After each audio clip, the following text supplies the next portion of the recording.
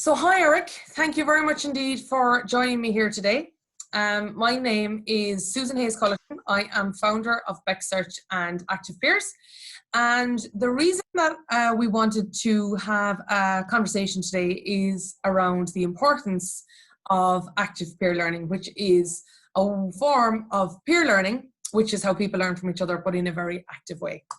And before I tell you about my passion about this subject, perhaps, Eric, you could tell us a little bit about you and why you're interested in this area. Absolutely. So I'm Eric Chow. I am 18 years old and I am currently attending Ohlone College in Fremont, California, United States. I think for me, the reason I'm interested in active learning and peer learning is because it's been instrumental and I would argue vital to my success in anything that I've ever done, whether it was academics or, I was thinking about this earlier. When we learn to walk, we watch other people walk and then we decide to try it. We stumble, fall, get up, stumble, fall, get up, and then eventually we learn to walk. That's right there. That's actively trying to learn something. We observe other people, we pick up on something, and then we start to learn it and we start to do it. And I think active learning is important to any kind of learning. And not just for me, for really everyone I've observed just in my short 18 years of life, that it's been instrumental to anyone's success in any learning aspect. Well, I will tell you, first of all, I think that's really interesting. And even when you think back to peer learning beginning from the very earliest age and stage, I think that's very true.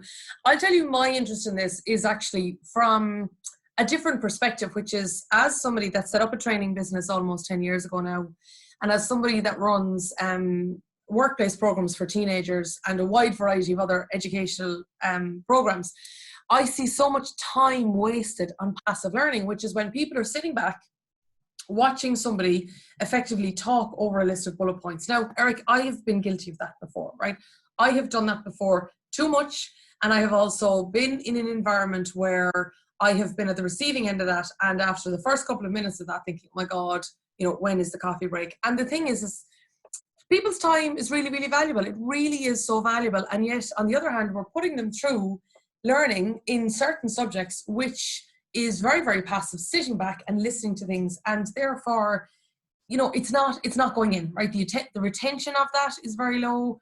The attention towards that is very low. And worst of all is that people can't wait for it to be over.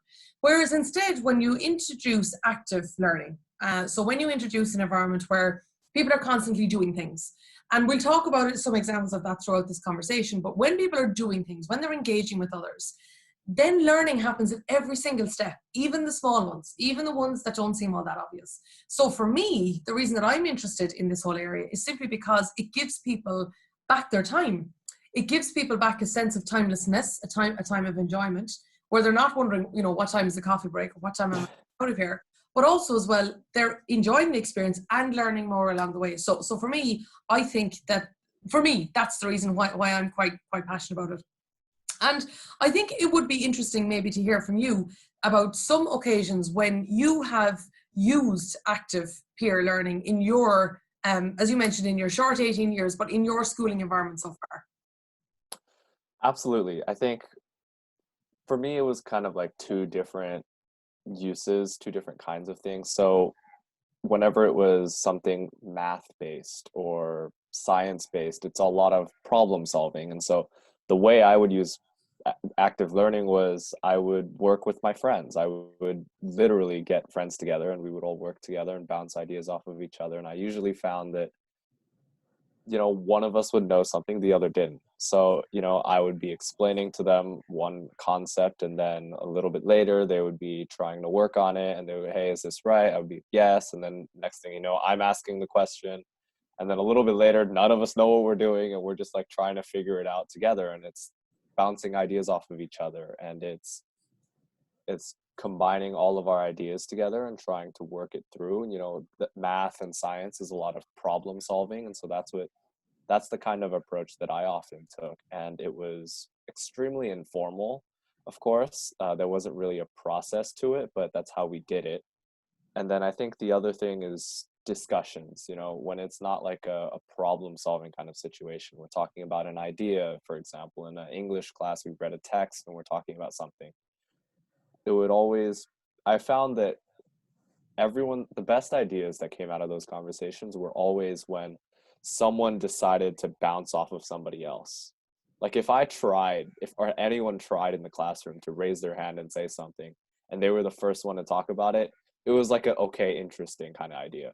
But anytime somebody went, hey, that's actually really interesting, what about, and then they bounced off of it, those were the ideas everyone in the room goes, whoa, wait, that's really smart. I always found that bouncing ideas off of each other in those kinds of discussions were the best way to come up with the best ideas, really. So And when you say that it was extremely informal, did you find that worked, or did you find that some formality would have helped the process, or was informality just where it needed to be? I think informality in those situations was where it needed to be, but obviously for my specific context, that's where it needed to be. I imagine in a lot of other situations that having some formality, having a process to that learning process would be incredibly important and in fact beneficial, which is why I like what you do, because I know that in those situations, having a process for it, having a little bit of formality for it is important. In my particular context and those examples I've given, not so much. Okay. Well, let me give you an example then of where I would add a little bit of structure to something. And the difference, I think, between the world that you inhabit, which is going to university, doing your classes, learning from each other in those types of environments, is the output is generally an exam, an assignment, or it is demonstration that you have a piece of knowledge for somebody else to decide whether it is sufficient or not. In the world that I inhabit, and there's a couple of those. One is where we might be training people how to move into uncharted territory. That could be people returning to work. It could be people who are setting up businesses. It could be people who are very proficient in their area of expertise, but want to supplement their area of expertise with the new domain. So, for example, we run finance for lawyers, for example, where lawyers don't necessarily study finance. They don't have to. So that's what I mean by going into a new area of expertise. And I'll tell you one of the challenges that comes with what I've just told you is confidence, which is, am I able for this? And when I talk about uncharted territory, people will question not just whether they're able to go into this new environment, but can they? Do they belong there? Maybe they're underqualified, maybe they're too old, maybe they're whatever. So I'll give you one example of an active peer learning strategy that I use, and that is peer-to-peer interviews. And the reason I do that is, if we take people, let's say, who are returning to work, or let's say young people, I mentioned that we run workplace programs for teenagers. And the reason I do that, to set up a peer-to-peer interview, is to demystify what it's like to sit on the other side of an interview table. I don't know, have you gone for many interviews, Eric? I have. Okay. So, and tell me, what do you think of the conception that's out there that interviews are designed really to trip people up?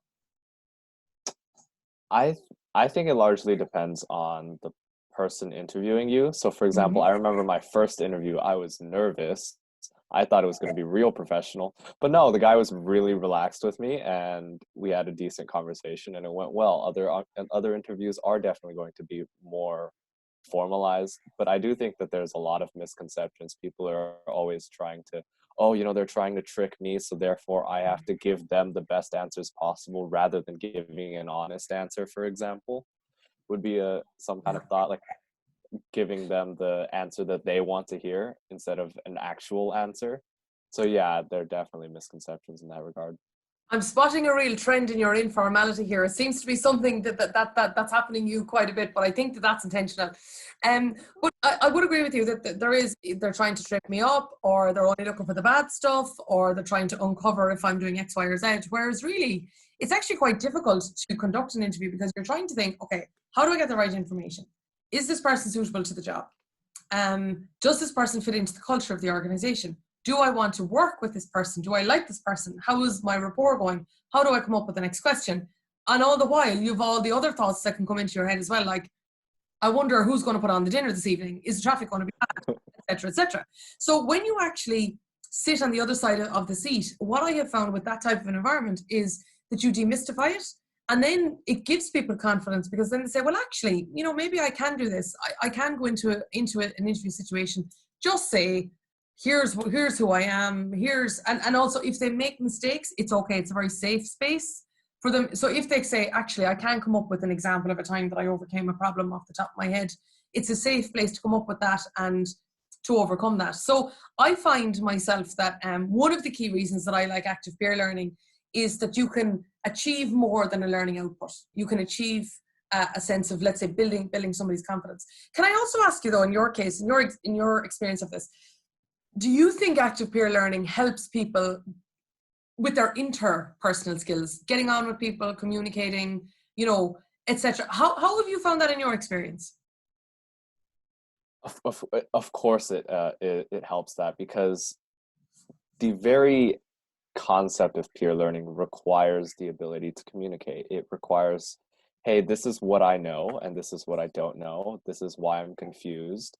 And it's always like bouncing back questions back, bouncing ideas back. You have to be able to express yourself and listen to the other person and see, oh, okay, this is what they're saying. You have to try and understand what they're saying. And you know, depending on the kind of situation that you're in, it might be, you know, you and me have talked about role play in the past. We're trying to embody a different character. So it's always learning about a different perspective and trying to understand a different perspective. And that requires communication. So absolutely, it's important to have interpersonal skills and to build interpersonal skills through peer learning. Well, while I, by the way, I wholeheartedly agree, is that active peer learning helps people to, you know, to learn a lot about themselves and about other people, whether it is delegation, leadership.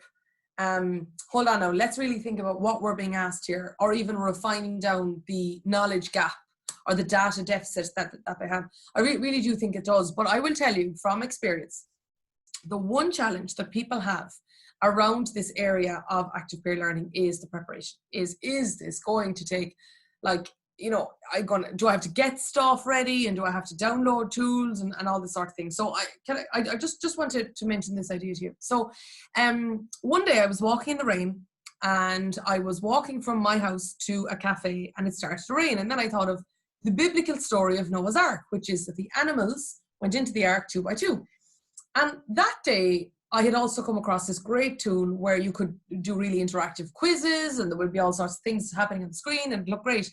But I would have had to come up with all the questions for the quizzes. And I thought, I'm not really sure that the return on investment was going to be there. And then I thought, how about this idea? Here is where I have two doors coming into my training room. What about if I put everybody outside, and then as they walked in, then they would be paired up, you know, 2 by 2, right? And then let's say I'm paired with you.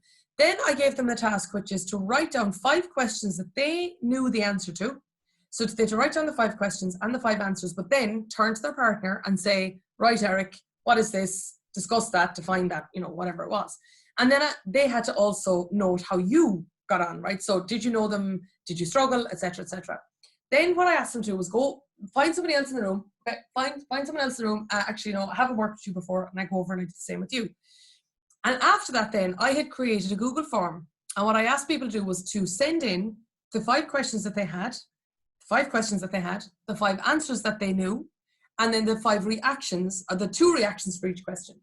Now, what I got from that was 320 questions appeared magically on a Google Sheet for me. And then what I did was, over a webinar, because the next session I had was a webinar, was I corrected them all, right? Because the problem with, if you feel you know something and that's incorrect, you're not going to go and relearn it again, because you know it. Like if I said to you, Eric, how do you edit a podcast? You're not going to go, because I know you can do that really well, you're not going to go onto YouTube and find better ways. You're just going to do it because you just know. And that's really expensive to learn in an assessment. Then when you write down the correct answer, but it's not correct because you've had a false assumption. So in my mind, right, what this enabled me to do was generate the data that I was going to use for subsequent quizzes, but enable such rich learning to take place along the way. I found a very random mechanism through the 2 doors in order to connect people together. It allowed me to correct incorrect assumptions, and then it also generated a huge study aid for everybody else.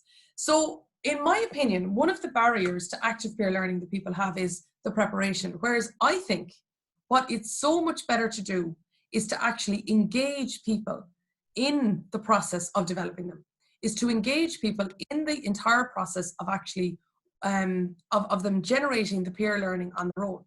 Because that, to me, is actually a huge part of the learning process. It's not just about the outputs or the amount of them, and it's not just about the inputs and the lesser amount of them. Instead, it's about putting the process together and helping people to learn throughout that process along the way. That So what do you think of that?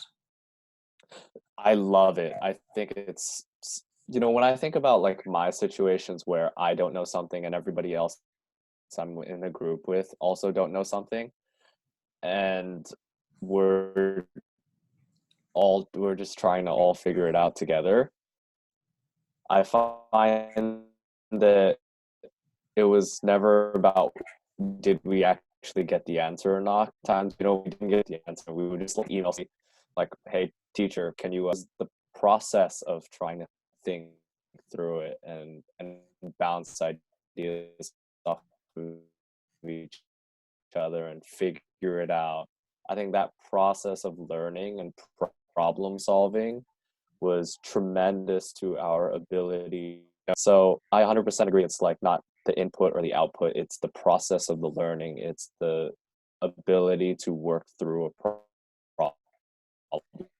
And you see, here is exactly so much more here is where beneficial and important than what I was going to say there is, here is where the focus on exams, it distorts this. And I don't blame teachers. I don't blame educators who have to focus on the output all the time. I don't blame them, because that is the way the system is set up. But what I'm saying is that in my job, right, my role at the top of the room, or my role in cultivating an environment where people can learn in the best way possible, or where I can design a program to facilitate the learning that happens, or where we also do some education consultancy. My job is not necessarily on, can we prove that everybody learned X, Y, and Z? My job is to consider what entire learning happens throughout. So, for example, do people learn more about themselves? Do people know more about their interpersonal intelligence, like I mentioned? Do people know more? Do they actually know more things at the end of the day? But and an awful lot of that is about getting things wrong and learning from it. Failure is a brilliant teacher. So actually, 100%. environment, it is. So in creating the environment, say, actually, you know what? Fail, guys. That's okay. But the premium I'm putting on this is that you actually don't shortcut the process to get the right answer, because that is failure. That's not working here. And so that certainly has been my experience. But I would also be interested, Eric, what barriers do you think people have in whatever part of the education space to active peer learning? As I say, in my case, I have found, and I've experienced it myself artificially, is that it's the amount of preparation that can go into it. Whereas, I changed my mind on that. And there's really good creative ways you can do that. What do you think are the barriers to active peer learning in this space? I think one big thing is people are afraid of how everyone else will react. So it might be, oh, why are we doing this? Like, why would I don't want to participate in this thing. And they might have some sort of animosity towards that. And peer learning doesn't work very well if people aren't participating, because that's kind of how it works on. So I think that's a big thing, figuring out how to deal with that animosity or that hesitation that people have. Another reason might be the person who's in charge and at the head of the room, I guess, wants to teach. They feel like, hey, I know this stuff. Why don't I just teach everyone everything and they'll be good to go? We'll save a lot of time that way. And it makes sense logically in their head, but they don't realize that the actual learning happens because they're thinking about it, because they're working through it, because that's what's happening and that's what happens because of active learning. And so it makes sense for the head of the room, like, hey, why don't I just teach all of this? It makes sense to me. I know everything. I can cram all this in half an hour instead of spending an hour on an active learning method. But that's where the actual learning happens. So I think that's another reason. I mean, what do you think are some of the other barriers? I think another barrier is the feeling that this could go wrong. And this, Yeah. but I mean, isn't that always a barrier when you're going to be creative? Like, okay, what if this goes wrong? So I'll give you an example of a time it did go wrong for me. And I'm also going to talk to you about this, first of all, in the very real context, but also in just showing you how little impact this going wrong had, right? So what I did was that we do a lot of webinars, and based on what's going on at the moment, I think we're going to be doing a lot more. So therefore, when you're delivering a webinar, you have got the competition of social media, email, the entire internet.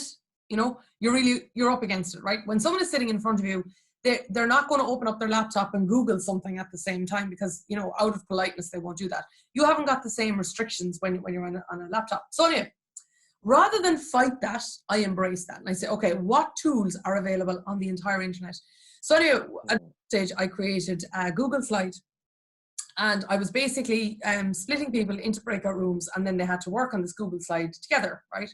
And that's brilliant for collaboration. However, I made the mistake of actually giving them all a link to the slide, but then they needed permission to edit it instead of simply changing it.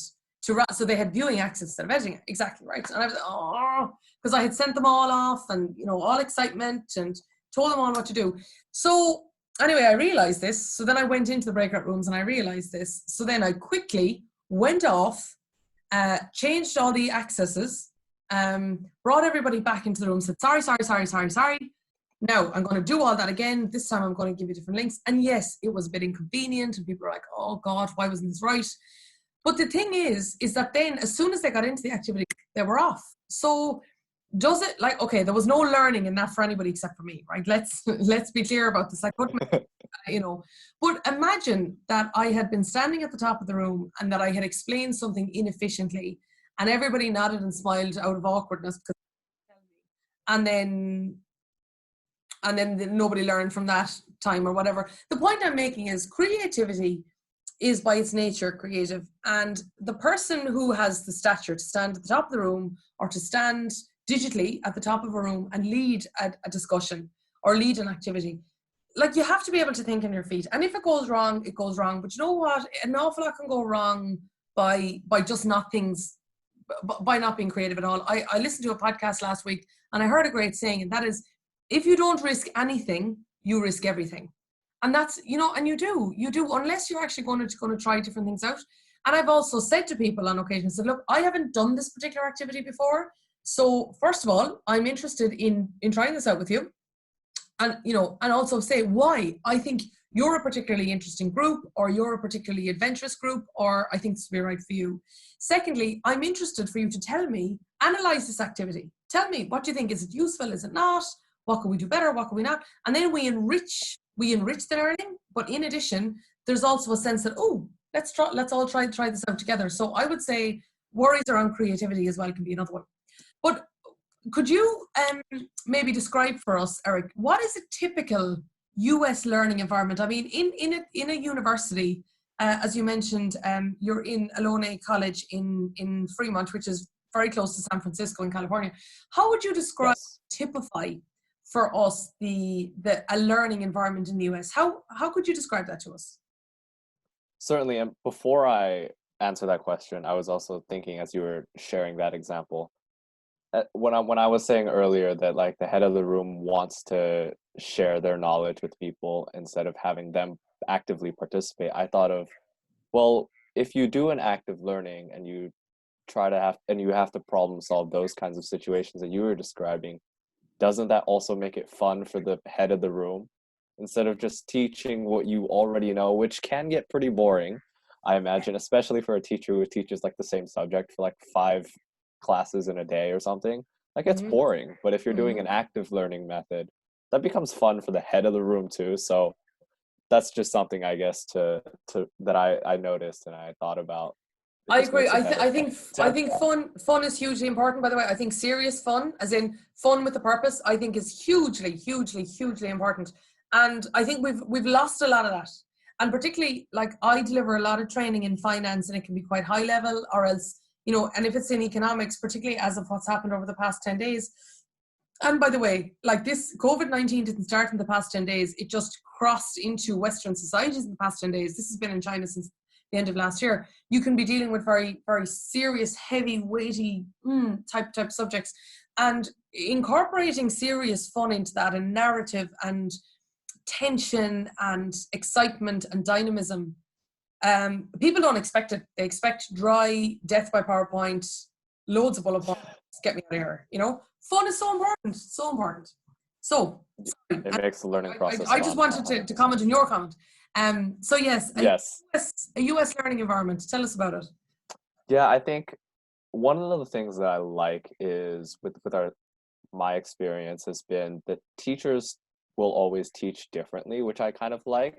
It allows them to put in their own personality and their own strategies. But I do think, and this is why I love what we're doing here, I love having a little bit of a process. Like I don't, I wouldn't want like all my teachers to teach the same way. That would bore me to death. Regardless of how fun the activity might be, that would bore me to death. But having processes that they know they have access to, like, hey, I can do all of these different things. Which one do I want to do today? Okay, I'll do this one. Having some processes, I think, would be good. But some classes are pure lecture. Somebody goes to the front of the room and starts talking. There's not even slides. They're just talking, and I just look at a piece of paper and write notes. It's boring. Unless they're a good jokester, then it becomes better. If I'm lucky. There we go. And if I'm lucky, I'll get slides that I can actually look at. Most of the time, especially in college, that's kind of how it is. It's always a lecture kind of thing. Like there are slides and then they do things. And so, what I like is sometimes I get to do things while they're doing things. So they're working through something and I'll be able to work on something with them. Since I'm doing online classes as well, sometimes it's purely read the book. And those I've always found to be the worst. I mean, anyone who reads textbooks for fun, that's crazy to me. So that's really boring. Some classes it's lecture, some classes it's reading a book. If I'm lucky, I get to do something while they're lecturing that helps me. I think that's automatically active learning right there, and that helps me to understand concepts. And then occasionally in high school, we would implement discussions or group work or things like that. That would always be helpful. But yeah, definitely the lecture thing is big. Mm-hmm. And it's the learning styles of the teaching styles of teachers, and just how you said that could bore you. Like, I mean, I had some lectures, and so I had some lectures certainly from people in my university where it was, you'd hope that there would be slides because, yeah, it was just maybe talking, but primarily the focus of a lecture was passive learning. So it sounds like my experience and your experience are broadly similar. I think, I don't know if that's working really in universities. I'm not really sure it is. Now, I know tutorials have tried to change things, and like, the way in which universities are incorporating remote internships, which is how I met you, and a range of other different things like that, I think are going to be helpful. But I think that's a 1%. Like that is small. In order to bring people from, here is a theoretical degree, and that's, by the way, that's what it is. No matter how lifelike you make it, it's still theoretical. To, okay, off you go, boom. And I give you an example of this is, this morning I was due to be in Munich in Germany on Tuesday to give a guest lecture, and I wasn't, obviously, because of what's going on. So I delivered it here via Zoom, and the assignment was given to a group of students where project management students, and they had to come up with how to make and deliver a conference, right?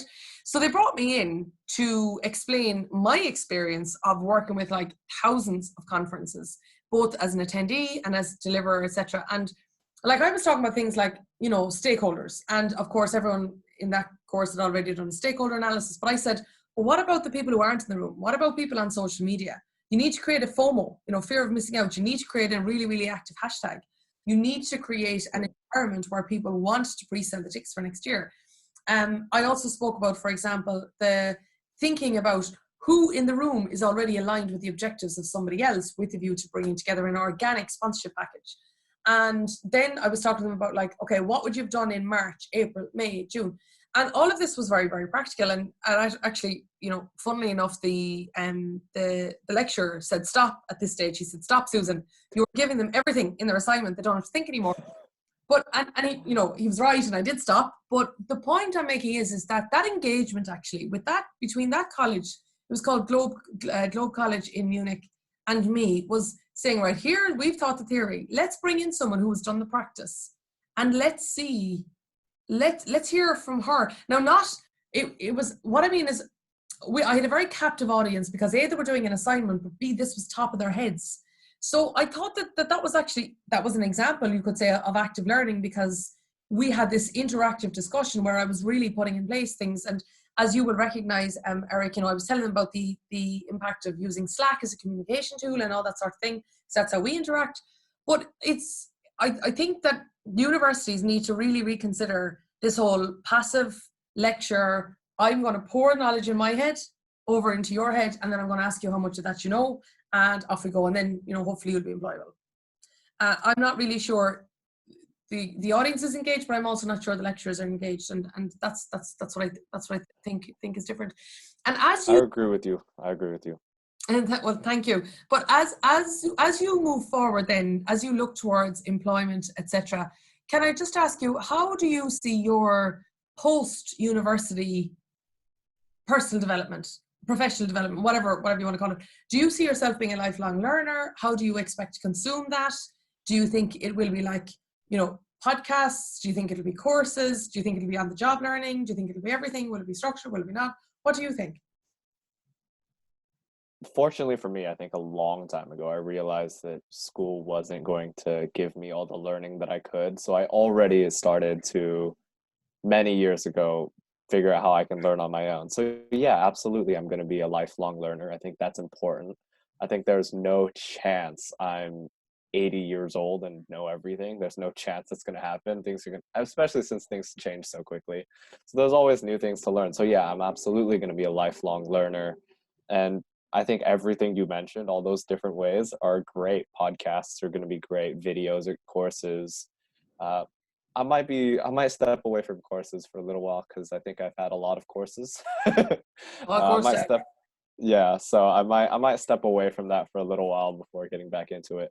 But yeah, like video, podcasts, definitely on the job, like, and also I learned from you as I, you know, work in this internship. Like, this is learning as well. So opportunities like this are fantastic. Books are always great. So yeah, absolutely, definitely going to be keep learning, and in any way that I can. Who knows if it will be structured or not, to be honest. But I think I'm definitely going to make that an important part of every day. Cool. And then, Eric, as we bring this conversation to a close, tell me, what are your top learning tips that we could share with anybody who is tuning in today? Actually, before we do that, I wanted to ask you, you know, we've been talking a lot about academic situations. So obviously you've had a lot of other situations that you have applied active learning. And of course, you've also seen passive learning. So what are some of the other environments beyond education that you've observed this in?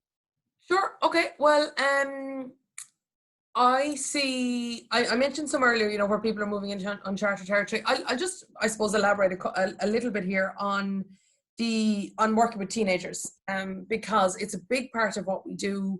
And so we run week-long programs in companies or organizations where we teach them about the business, right? And when I say we teach them, in a hugely active learning way. So, for example, we work with PwC, the global accounting firm, where we bring in 30 teenagers at a time, and they learn all about tax, audit, and consulting. But they learn by doing. So what I'm intrigued about our teenagers there is how little, I suppose, if I could imagine that there is, like, I think the older we get, there's more of a concrete block over our heads, which stops information seeping in because we have cynicism, right? And that cynicism could be, oh, I don't need to know this, or that's not part of my job, or it's all right for that person, they have X and that's why it doesn't apply to me. There can be a lot of cynicism here, right? And I find with the teenager that there's nothing, right? I think a net forms over time, but there's nothing, right? So they just take it and run with it. And when I say, okay guys, we're going to learn about audit now, And audit is about the ensuring that the accounts presented are perfect, right? They need to be completely without error. Now, I have put an error on every page in this set of accounts. I want you to find it. And some of them are really easy and some of them are not. And I love seeing like 7 students delve into this set of accounts and they pull them apart, and it's like, you know, this great competition between them all. And that's what I mean by that, is that they're not thinking, oh, how is this relevant to my development? Or they're not, you know, they're not thinking like that. They're open-minded to it. So I love working with that age group because there's 4 key things that I look for. I want to teach them about themselves, around self-awareness. I want to teach them about the world of work. I want to teach them about the business of our client. And I also want them to get an understanding of the breadth of careers available in a company like PwC. Yes, it is tax, audit, consulting, but it is marketing and social media and recruitment and catering and management and all sorts of things. So that's a really lovely learning environment where the output is all of those 4 things, and we can really achieve that in a great way. Another example that I would work in a lot is people who are very, very technically competent. Let's say that let's say they've got degrees or they've masters in finance or whatever. And what I need to do is I need to bring them from there up a level in terms of taking that technical competency and applying it in the real world, but also holistically widening the application of that competence as well. So it might be, for example, to give you an easily accessible example, is when you are very competent in finance, but then you're selling to people who are not, what you need to be able to do is you need to be able to take whatever concept you're talking about. Let's say it's stock market returns. Let's say it is the understanding of a pension and tax relief. Let's say it is understanding how insurance, how you reinsure insurance, right? Let's say it's any of those things. And let's say you're dealing with somebody who has absolutely no idea about any of that. You need to be technically competent enough to almost reverse, right? So you need to know the jargon and break the jargon back down again. But you also need to say, well, why does this matter? Why does this matter to you? So you also need to be able to sell, right? And what I mean by sell, the reason I'm saying it in inverted commas, is you may not be selling a product, you might be selling a concept, or you may be trying to sell to somebody that you know what you're talking about in such a way where they trust that they don't have to know everything. And that they're too, you know, technical competency is not enough there. You need more. So that's also a different learning environment about where there is no exam. You know, there is no, okay, tick the box, you're now ready to go out into the world. You're in the world. It's how you engage with the world. Now it's your sales figures that matter. Now it is the depth of your conversations. Now it is your retention. Now it is your ability to potentially get promoted. And in that environment, the metrics are much more different. But you have to be very understanding. And one thing I will also say about that is, I've often worked with a client where they say, we want this. And then you go into the learning environment and then they say, we want this. And you have to figure out, okay, how do I achieve both simultaneously and in such a way where they're aligned, even though sometimes it can be wildly different. So that is also the thing that I would have to say around. That's why, you know, we've pursued this area of education consultancy, because a lot of the time, just, you know, it's not just about, can I use this phone? Da, da, da, da. Now I know how to use the phone, put it down. Like, you might also need to consider, well, why would people want to use the phone? Why would people not want to use the phone? Why do you want people to use the phone instead of the laptop? What barriers do they have about using the phone? Maybe they used a phone in a previous environment and it wasn't effective or productive, and now they're bringing up different problems, and they're disguised as the other ones. How do you deal with all of that? And that's what education consultancy about, is like, how are you actually ensuring people are upskilled, and who and what and why are you doing so? And let's figure out how we can maybe fix something along the way that would really unplug an awful lot more. So for me, there are learning environments everywhere. There is no corner of the world where learning can take place. There is no interaction where you can't learn. But what I do think is that, wouldn't it be such a pity then if you were to waste that time learning on not enjoying it and not optimizing it and just not being happy in doing so? That would be my long answer to a short question. So thank you for asking. And it's, you know, because we often think that education is up until you have a cap and gown and then you leave university. We often think that's it, but it's not. It's certainly not in the world that I inhabit anyway, at all. So now back to your learning. Yes. What have you got for us? I think a couple things that I'm thinking about, especially coming out of, this conversation so far. One thing I'll definitely have to mention, if when it comes to any learning, a mentor of mine once taught me humility is key to any kind of learning. You have to be humble to some extent, and that goes back to the adult cynicism that you were talking about. You have to be open to realize the idea that you don't know everything and that you can keep learning from whoever is currently in charge. I have a belief that I can learn something from everyone, and I just happen to believe that is a 100% fact. And so I think that's been instrumental to my ability to look at anyone and any situation and try and learn something from it. Like you said, it's a lifelong process. So I think humility is a big deal. And I think you can develop humility. I don't think that has to be like a character trait that you have to be born with or anything. So I think developing humility is definitely possible. The other thing is that I was also thinking about, sometimes I like to think in discussion. And what I mean by that is I'm learning an idea or some concept or some whatever on my own, but I think about it in a way where I have to explain it to somebody else, or I have to discuss it with somebody else maybe. And I decided to start doing that because I realized because I was a math tutor at the time, that knowing a concept and being able to, like you said, explain the concept to somebody who doesn't know the concept is a very different level of understanding. And so I realized if I could explain this topic, I pretty much know the concept pretty well. So I started to think in discussion and think in presentation and think in explanation.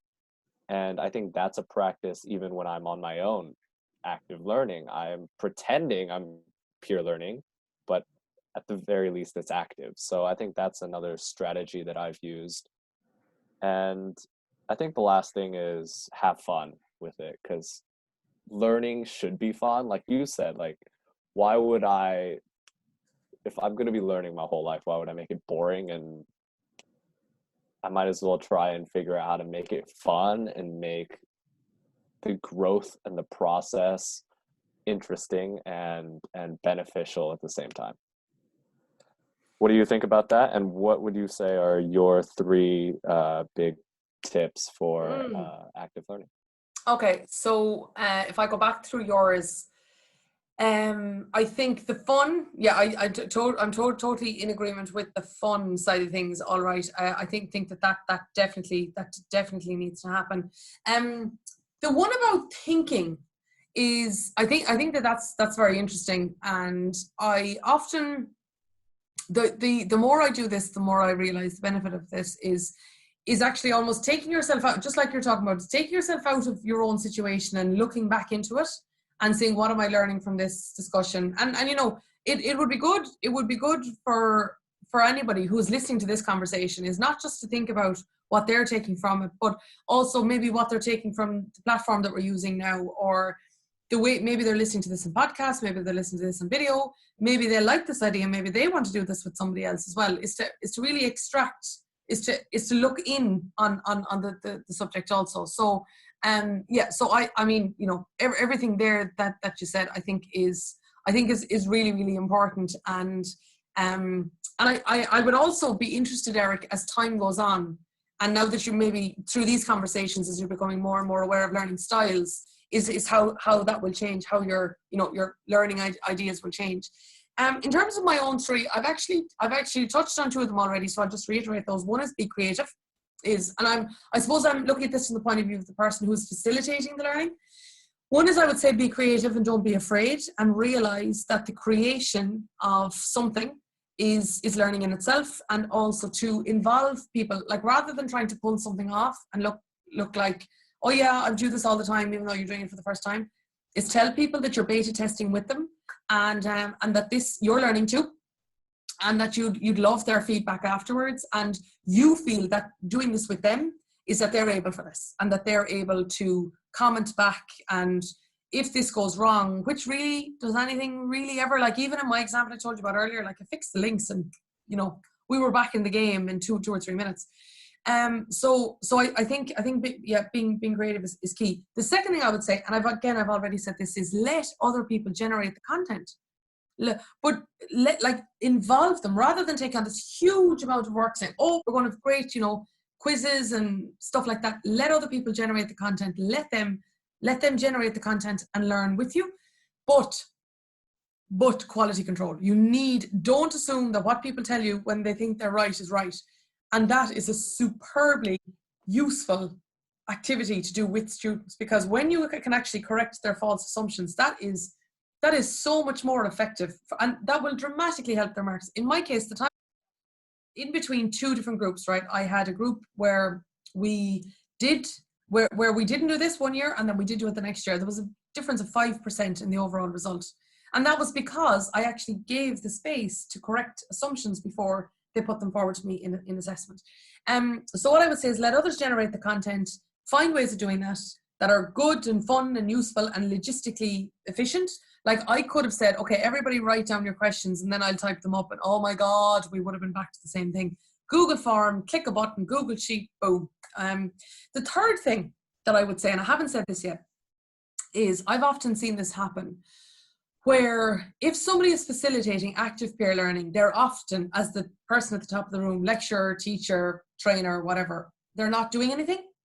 So let's say in the case of the Noah's Ark activity there that I mentioned, like you're matching up two people around the room and then you're standing at the top of the room and you're not doing anything. You can sometimes feel, am I getting paid to stand around here?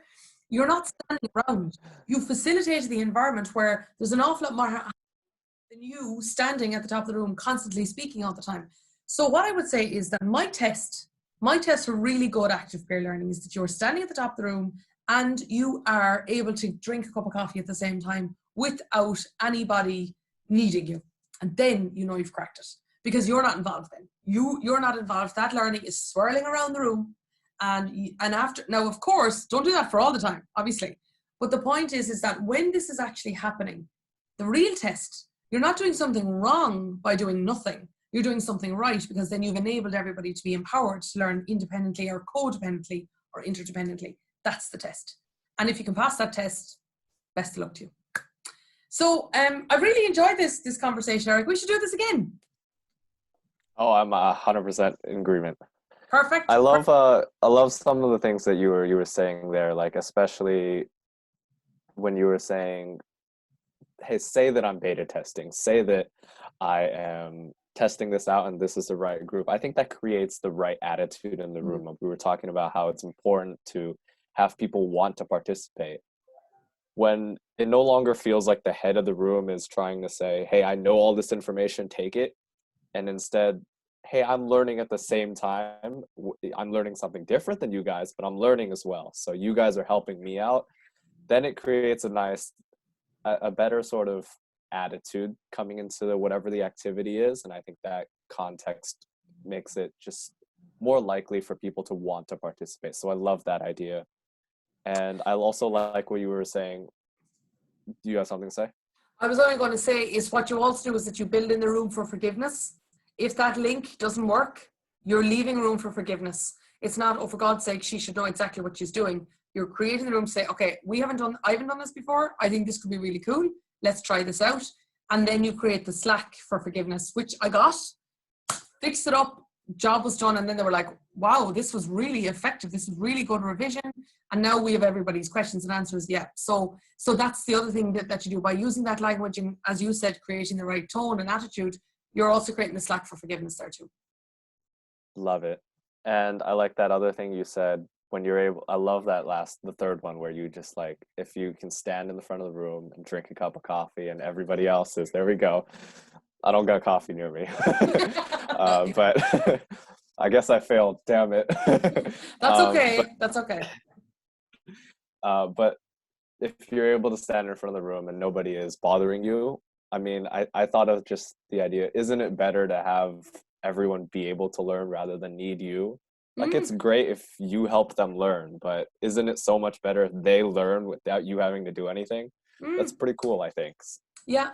And I've been in the room where let's say where there was two of us, or let's say where we were taking turns, on our feet. And at one stage I had run this, this pretty complex activity. But anyway, at the top of the room. I was there, and so anyway, I was doing nothing, you know, because everyone else was they were basically coaching each other in a certain area. And the two people that I was there with, she said, like, they both said to me, "What do we do now?" And I said, "You do nothing." I said, "You sit down, you keep quiet, or else you talk to each other, but you do not interrupt what's going on right now." And they said, "But, like, you know, shouldn't we be doing something?" And I said, "We are being optimally effective right now."